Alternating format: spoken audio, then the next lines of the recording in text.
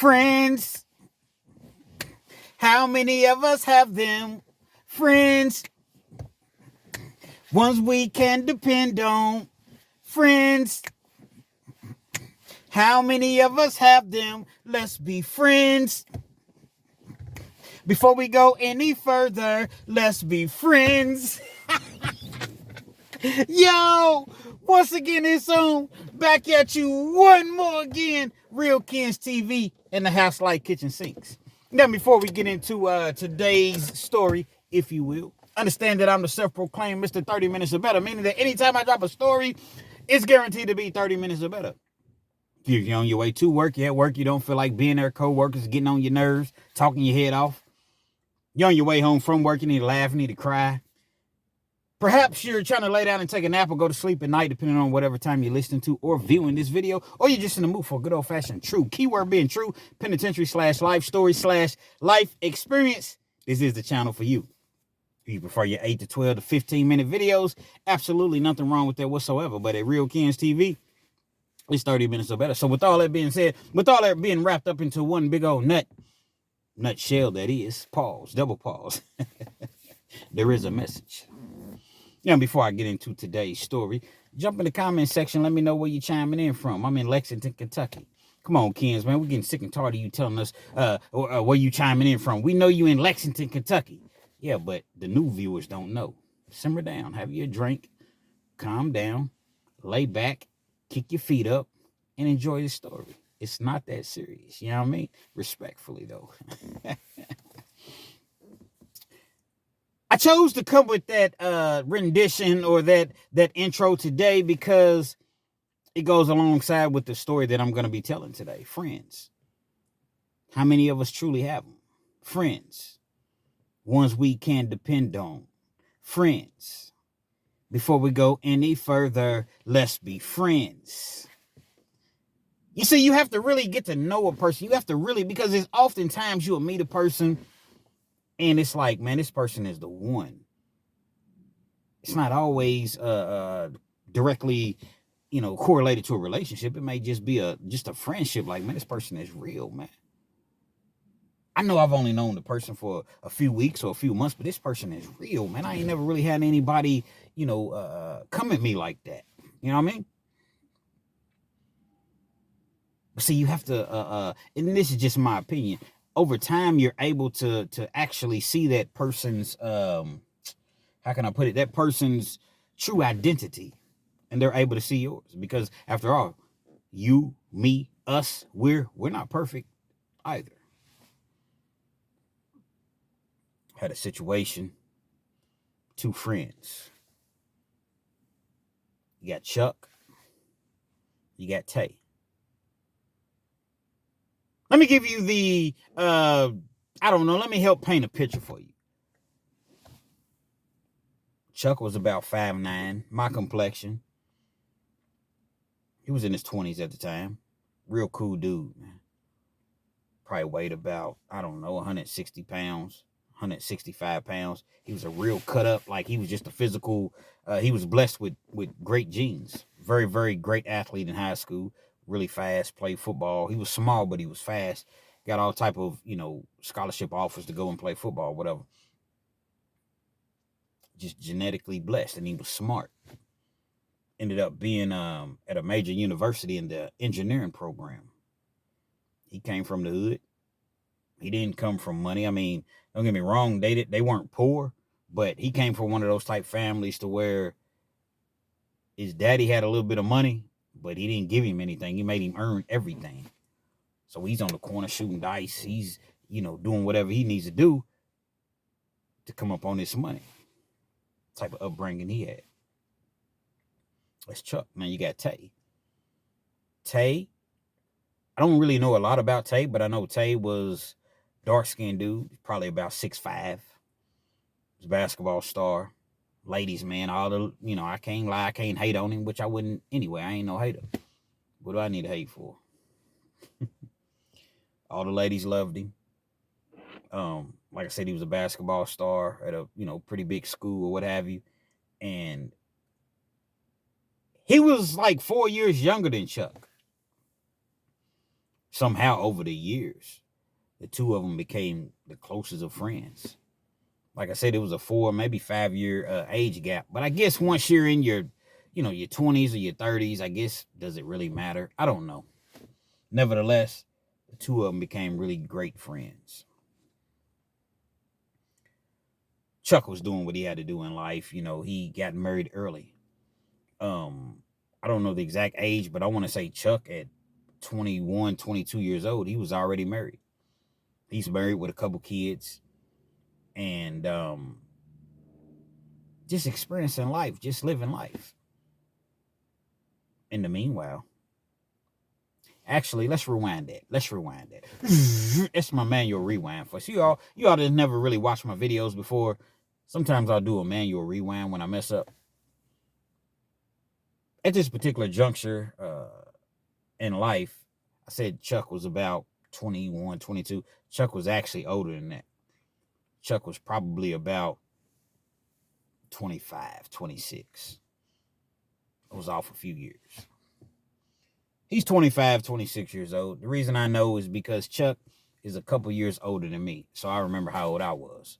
So there's no way that he was 22. You know what I mean? But nevertheless, you all get the gist of what I'm saying. Y'all rock with me, man. Rock with me, man. Ain't no rush. It's 30 minutes or better. You like your shorter videos, this ain't the channel for you. I hopefully it'll become the channel for you. But we do it for the people. Kens, man, your long videos really help get me through my shift, man. I'm talking about I watch 1, then I watch 2, then I watch 3, then next thing you know, it's time for me to go home, man. And I appreciate you, man. So that's why I do the longer videos, because I'm for the people, man. People's out there on them, the truck drivers is taking them 16-hour trips. Man, they need something to help keep them awake, to keep them motivated, keep them going. The medical, supply people or delivery people, same thing. They need something to keep them going. The people working them long shifts in hospitals and nursing homes, 16-hour shifts, 12-hour shifts, or what have you. Feels good to be able to pop your earbuds in and just listen to a person and be able to relate to what they're speaking of. So this is why I do the longer videos, man. Y'all rock with me. Got these two individuals that became friends. Tay ended up catching a case for some weed. He went to college for a year or two. It didn't work out, junior college or what have you. Came back home, started having kids. And you know how it goes. Unprepared in life. You're a young age and you think that you're a man, but you're really not. You think that you're an adult and you're really not. And he jumped into the weed game. He never jumped into the dope game or guns or robbing people or anything. But see, a lot of times people think that jumping in the weed game is safe. Yeah, it's safer, but it's not safe. See, there's a distinct difference. It's safer, but it's not safe. You can go to prison on weed, especially in Kentucky, the Commonwealth of Kentucky. Don't let the feds step in and pick it up. Now it's the United States versus you. And you'll go to prison anywhere they send you to. Tay was selling weed, big weed. Was getting his money. He was getting his money. He knew a lot of people. He was popular or whatever. And he was getting his bread. Ended up catching the case. Once he catches the case, he's in the county jail. He bonds out. Now, keep in mind, in Kentucky, there's no 10% bond. There's no bail bondsman. Your bond is what your bond is. $25,000 bond. Now, the judge can always come back and lower your bond to 10%, which is $2,500, or allow you to leave on your own recognizance, or whatever the judge feels the need to do that particular day that you're before him or her. Nevertheless, he gets his bond reduced. He's out on bond. They done took a whole bunch of his weed, took all his weed, took his money or whatever. So guess what? He's trying to get back. He got to pay his lawyer. I don't have no money to pay an attorney. I have a little money to pay him a down payment, but I got to continue to pay this lawyer to, be represented adequately. He's right back in it. He never stops. He goes on a little run, 6-7 months, stacks his money up or whatever. He's paying the lawyer. He's, boom. He catches a case on a humble, slip of scamp. I always understand that youngsters slippers count. Catches another case while he's fighting this case. Now he has 2 different cases. He's in the county jail. He has another bond. He doesn't make, because the judge is not going to give you a bond reduction when you're already out on one bond. He can't make this $25,000 bond. He's in the county jail. Between the 2 cases, I think he ends up getting he takes a plea deal for 6-7 years.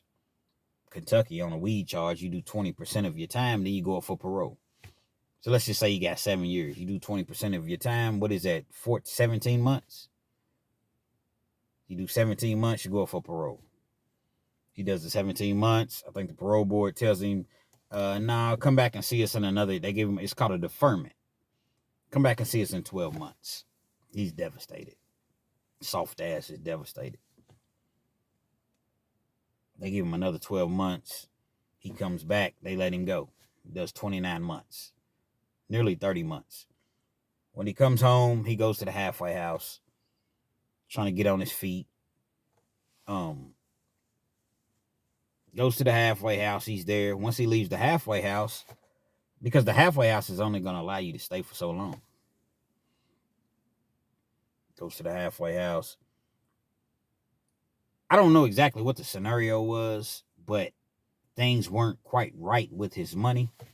Halfway house is going to throw you out. They're going to give you 4, 5, max 6 months, and you gone, which I don't understand why they do that, because they take 25% of your damn check, your gross, not your net. So it seems to me that they would keep you in there as long as they possibly could, but whatever the case may be, halfway house told him it was time to go. Chuck, being the friend that he was, come on, stay at the crib, man. We got a big house. Now Chuck's in the house with his wife, his couple kids, and they have a whole basement that's not really being utilized. Yeah, the kids, they have sleepovers and they, run around and, play and things of that nature. But he cared for Tay so much as a friend, as a true friend.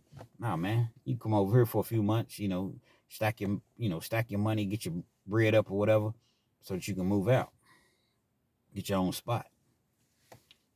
Tay had a little money, but he didn't really have enough money in his eyes. 2 of them, it was already close friends. So you know how it is when your close friend stays with you or you're around your close friend, man. Everything is cool, man. Chuck trusted this man so much that he would allow him to just be around his family. Like when he left to go to work or what have you, he knows that he's in the house, but it's never really a big deal. That's my man's, man. Chuck would often have to go in and out of town for business ventures. At the time, Chuck was selling those water filtration systems. You hook the water filtration system up to your main, your water main, your main water line or what have you. And when the water came through, like your faucets, it was soft. Rain soft is what it was called. Commission job. Hit or miss. You might make $10,000 one month. Next month, you might make $1,000. Sometimes it requires you to travel. So Chuck was in and out of town. There's a particular instance, and I'm not venturing off from the story, so y'all just pay attention to what I'm talking about. It was a particular instance to where I lived in the same neighborhood. I'm coming home at about 2 o'clock in the morning, 2:30. I see a car that's kind of following me, but I'm like, man, I was a little late on my car payment. I'm a young dude, irresponsible. I had the money in my pocket, just hadn't paid it. Because if I paid my car payment, then I wasn't going to have any money left. I get out the car, park the car, reluctantly, and it was a van behind me. Pause, double pause, triple pause, infinite pause. Instead of him not saying anything, he tips my hat. He says something to me. He was like, hey, I need to look at the VIN number of that vehicle. I'm like, for what? He was like, because this car payment is behind 1 month, and I'm here to repo it if this is the vehicle. I said, well, this is not my vehicle. I'm driving my brother's car. Clearly my vehicle. I'm driving my brother's car. He gets out, looks at the VIN number. I had jumped back in the car at that point. I got to take this car. Now, he's in a minivan, but he has his wife. I'm presuming that was his wife that was with him. He had an extra key to the car. See, a lot of times when they're going to come and repo your car, it's not always going to be in a tow truck, at least back then. It's a good 20 years ago. Actually, more than 20 years ago. But nevertheless, I see that he's trying to take the vehicle. I pull out. You need to stop. You need to stop. As though he's a cop or something. Man, fuck you. Think I'm going to let you take my shit? I'm gone. I'm in a Mazda Protege. That bitch went 160. He's in a minivan. He chases behind me. It's a 5-speed. We're in a neighborhood. I'm flying. Fast and Furious type shit. But he's following right behind me. I don't know what type of motor this motherfucker had, but he was not missing a beat. I know the neighborhood like the back of my head. This is my neighborhood. Seems as though it was his neighborhood too, because I never could get a step ahead. I turned several different corners, I'm talking about high speed. I probably got up to 70, 80, 90 miles an hour on a neighborhood road. He's following right behind me. He pulls the bullhorn. Stop, pull the vehicle over. Stop, pull the vehicle over. Signal 7 on the... He hit me with the signal 7. Signal 7 in the neighborhood. Signal 7 in the neighborhood. This motherfucker got a bullhorn. No, he ain't no police. Plus, if he was, fuck it. At that point, it is what it is. 2 steps ahead of him. I said, okay. I turn one corner. I'm already knowing when I turn this corner, I'm going to do a quick turnaround, go back the same way that I just came from, and pull into Chuck's driveway. Chuck had a driveway to where, like, when you pull in the driveway, it's like a hill, and then you go kind of like to the left, and you're like in the garage area. Nobody even know. Plan works perfectly. Do that, park my car. Park the car. I walked to my house. It probably took me 5 minutes. That's how close I lived to him. Walked to my crib. It's funny because I see this van driving up and down the road. I'm laughing because he don't even know I'm just walking up the street, and he has no clue. He's looking for the vehicle. He doesn't find the vehicle. My car's parked. Next day, before I had a chance to go get the car, wifey calls his wife, she calls Chuck. And why your partner's car parked here or whatever?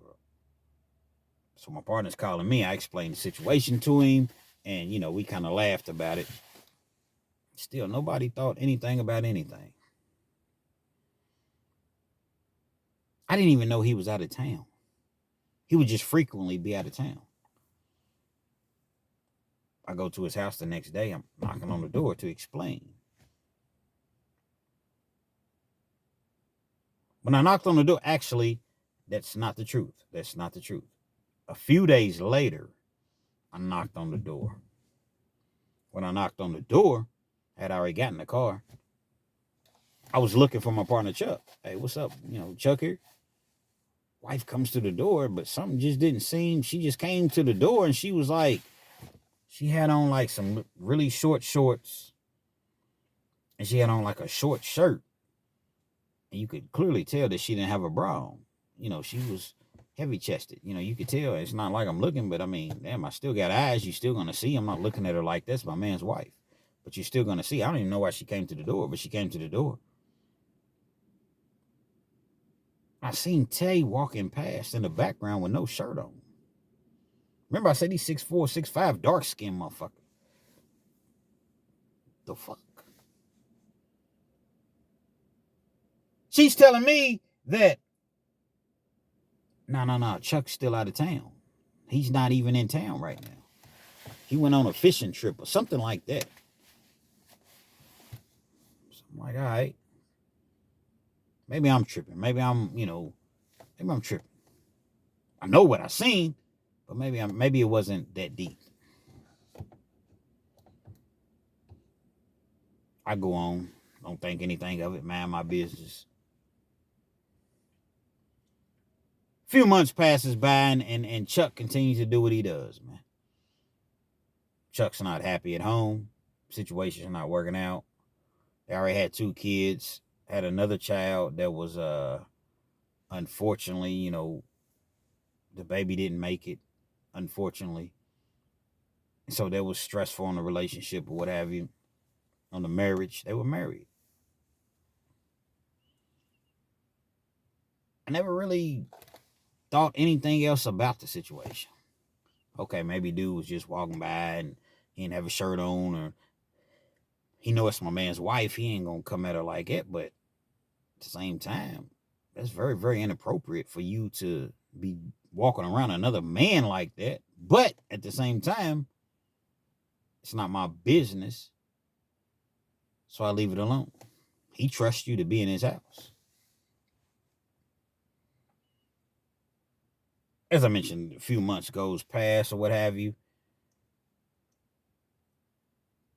I just noticed that I don't know exactly what it was, because Chuck is not really one of those type of individuals that really spills his business. He doesn't really talk about things very, very often. Now, Chuck was doing his thing. Like I said, the relationship wasn't on the up and up, so Chuck was doing his thing. He had a little female on the side, and I'm not going to say her name. So we're just going to call her Jill. It's not her name, but we're going to call her Jill. He had a little female on the side, man, and every opportunity he gets, he's over there. You see, Chuck wasn't truly out of town. He was at Jill's house. She was a white girl. She was in her 20s, young, had some money. When I say had some money, had a good job, 60,000 a year. Mind you, this was over 20 years ago. She's going to take care of her man. She wasn't the, she was blonde hair, white girl, probably, 5'7", 5'8", probably weighing in about 180. Like I said, she come from money. She had a little money or whatever from her job or whatever. And she was going to make sure he was good. He's falling for Jill. He's at Jill's house as many opportunities as he can possibly be at her house. Chuck's at Jill's house. I don't know if wifey necessarily suspected it. I don't know what the scenario was, but I know that they had a very, very tumultuous relationship. So much to where I went to the house one day and she was going off about something. They was in the front yard. I never will forget this. She was in the front yard and she was just attacking him, like just swinging and hitting him. And now she's taller than him. She got like 3 brothers and they all like 6'5", 6'6". They all, it's a basketball family. What I say, he's about 5'9", she's about 5'10", 5'11". 5'11". See how the world is 5'11"? Y'all think I just be making that up? No, even women are 5'11". The whole world is 5'11", Craig. The whole world. Respectfully.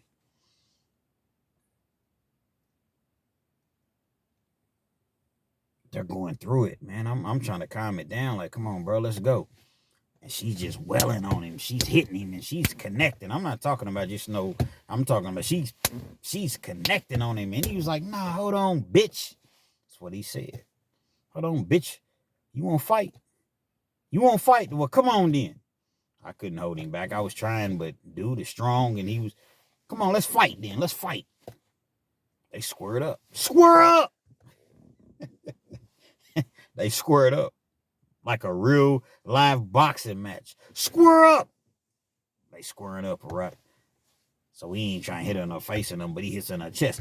Boom! Yeah, what's up, bitch? Huh? Yeah, you want to be a man? You want to be a man? She's swinging, but she can't hit him because he's a man. He's, you know what I'm saying? You want to be a man? You want to be a man? Boom, boom! He hits her, but he's hitting her, but he ain't like just blasting her, but he's hitting her. I don't approve of endorse any of this sort of conduct, but this is what it was. He hits her a couple times. Police end up coming. He's gone or whatever. She ain't trying to press no charges, anything like that. And it's just kind of how their relationship had gone. They should have probably been left each other, but they hadn't.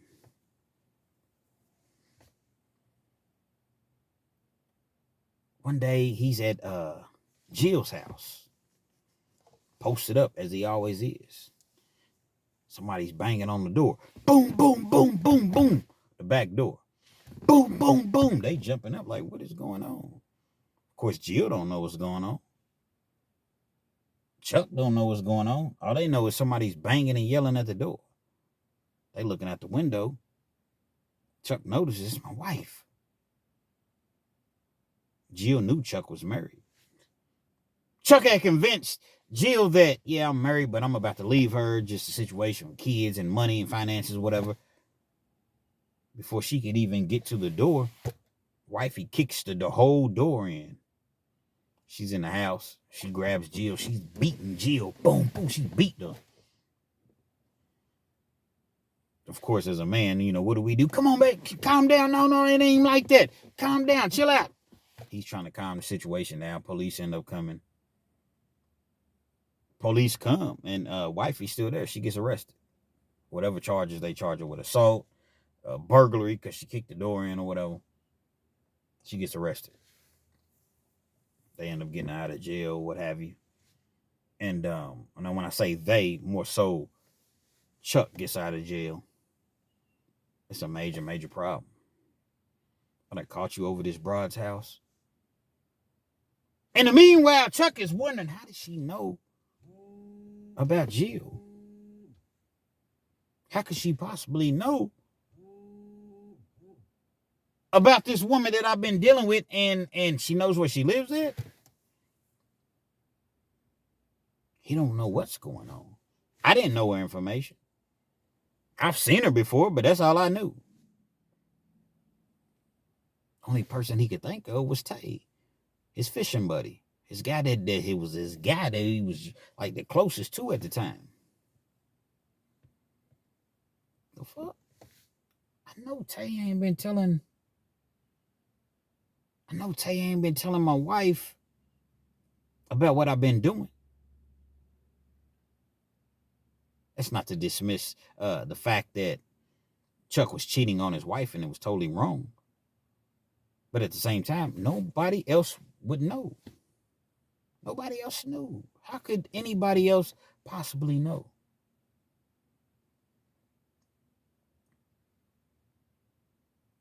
He ends up confronting Tay. They get into it. They don't get into it physically. At the time, it was just verbal, what have you. He confronts his wife. Come to find out, it comes out, Tay been having sex with Chuck's wife in the house that he let him stay in. It was brought to Chuck's attention because they had a mutual friend, and he came to Chuck and he told him, he said, hey, look, bro, I'm not trying to get involved in this shit, but I am involved because I know you my partner, and I feel like it's wrong for dude, what he's doing, staying in your house. Dude's knocking your wife off. What? Yeah, dude's knocking your wife off. Nah, tell me it ain't so. Dude's knocking your wife off, man. And it all made sense when I knocked on the door, and she comes to the door with barely any clothes on, and dude's walking in the background. Like P. Diddy somewhere. I've been around. He made sure I seen him. I've been around. You knocking my man's wife off? It hits the fan. We in the club one night. Tay's in the club. I'm in the club. Back then, I'm way more. I'm man, whatever. For my partners, man, it is what it is, man. What you want to do? You don't fool with him, I don't fool with him. We're in the club. Tay just happens to be in the club. He sees him. When I say he, Chuck sees Tay. Oh, it's on. This particular situation is on. You done been knocking my wife off, man. I gave you a spot to stay in. I gave you and you been knocking my wife off, dude. Man, I was trying to hold him back. I was trying my best to hold Chuck back, but he was so strong that I couldn't even hold this dude back, man. And he got a hold of Tay, and he beat the brakes. He beat the brakes off of Tay. Only lasted maybe about 15, 20, maybe about 30 seconds because everybody broke it up. I was like, let him do what he does, man. I'm trying to pull people off of Chuck.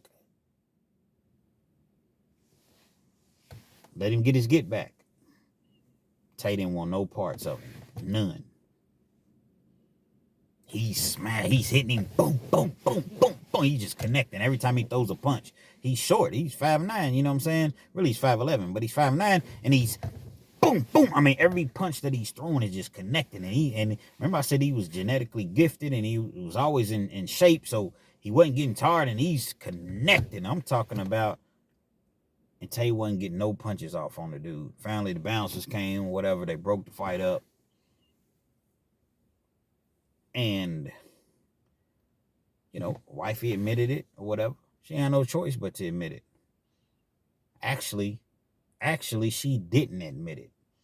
Once again, let's rewind. Manually rewind.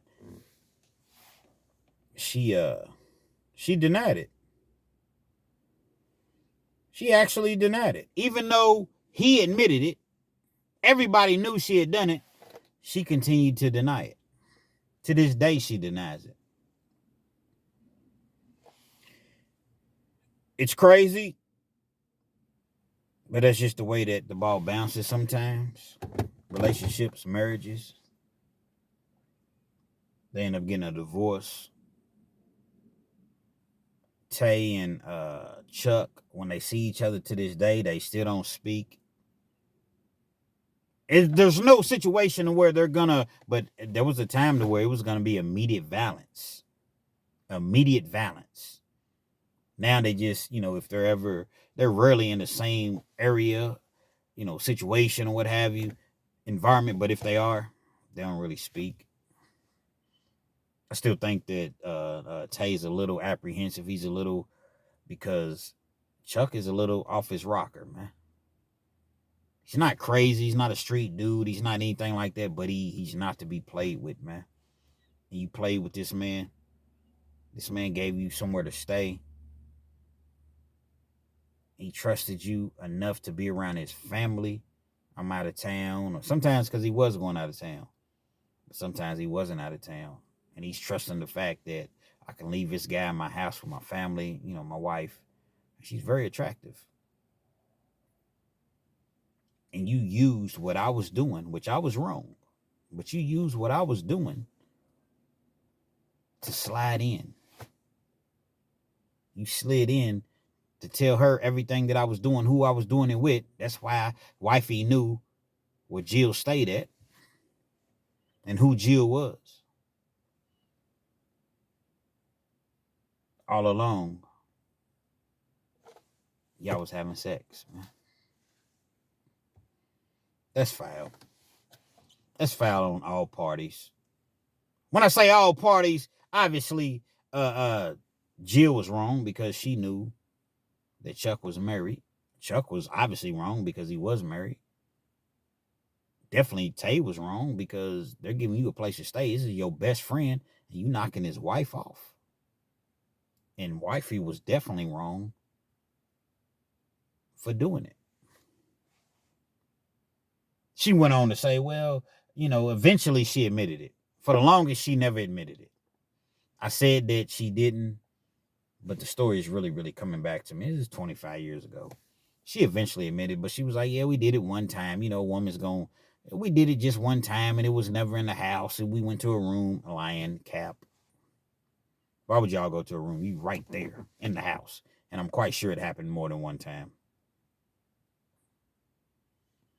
I guess the basis and the moral of the story is, man, no matter how close you feel you are with the individual, Don't bring this person around your family, man. Don't give this person access, especially when you're doing dirt, you're cheating. Don't give this person access to your woman, to your wife. Well, come on, Ken. She shouldn't do it. No, she shouldn't do it. But you never know what a person is going to do until they're placed in that situation. Pair of lips will say anything. That's the thing about it. And we all have a pair of lips. Person to say anything, we don't know what they're going to do. But when it does happen, most people don't want to take accountability for it. They've long since been divorced. She's got remarried. He never got remarried, but they're cool now. They have the kids are grown, so they have a pretty good relationship, between the two. But she's still foul. She's foul. She's very, very foul. He's foul too, cheating on his wife. Tay's foul too. But the thing about Tay's just going to do what your average man is going to do. Not saying it's right, not saying every man's going to do that, but you got a lot of men, they're, when a woman throws it at you, or you see an opportunity, dude ain't home, and he's doing what he's doing, and you see this attractive young lady, 5'11" lady walking around the house looking like a motherfucking unicorn or a stallion or whatever, and you sitting there, you seize the moment, you seize the opportunity. Is it right? Absolutely no. I've never tried to holler at any of my partner's girls. Not they main, like they wives, or they, somebody they had been with for, maybe somebody they done kicked it with and wasn't anything major or serious. But as far as, I've never done that. I never will do that. I don't care how good she looks. My partner's girl, my partner's wife. I don't care if she comes on to me. All these women out here, you can't say no. I've never done it. But just because that's my mentality, guess what? That don't mean that that's everybody's mentality. The situation could have really, really gone left. Someone could have literally lost their life. So glad that they didn't. So glad that, it was able to be somewhat worked out and everybody just kind of went on. Tay ended up getting married. And it's so ironic. He ended up getting married. They had 3 sons. All back to back. They was like 5, 4, and 2. Back to back to back. She ended up leaving him. Not necessarily leaving him, but cheating on him with an ex-NBA, well, he was an NBA player at the time. He's ex-NBA player now. I don't want to say his name because I'm cool with him somewhat. She ended up cheating on Tay with the NBA basketball player. And if you're from Kentucky, you know. If you know, he's from Kentucky. Went to Kentucky. Went to the NBA and played, 11, 12, 13 years. Made millions of dollars. He gets mad, tries to divorce her. Well, before he could get to it, she divorces him or what have you. All for the same thing he was doing. Because he was still cheating, getting his groove on or whatever. By the time they got married, he was doing his thing. See, a lot of times guys can't take when women do the exact same thing that we're doing. For the ones that do it. Some people don't cheat, but for the ones that do, it's the ones that I'm speaking of. They ended up divorced. What does Simon Campbell say? Watch your circle, man, because your circle, the very ones that are around you, most likely going to be the ones that end up hurting you. Be mindful, man. Bringing people around your family, your wife, your kids. Because just because you think that this is your man's, and he may be your man's, until he sees that 5'11" stallion walking around, now being your man's is totally thrown out of the window, man. Real Kids TV. Hopefully you like the video. Feel free to comment, definitely share, subscribe to the channel. If you're not already subscribed, be sure to hit that post notification. So anytime I bring you this action and this heat, yeah, that's how Tay was getting hit up. You know what I mean? By Chuck. You're amongst the first to receive.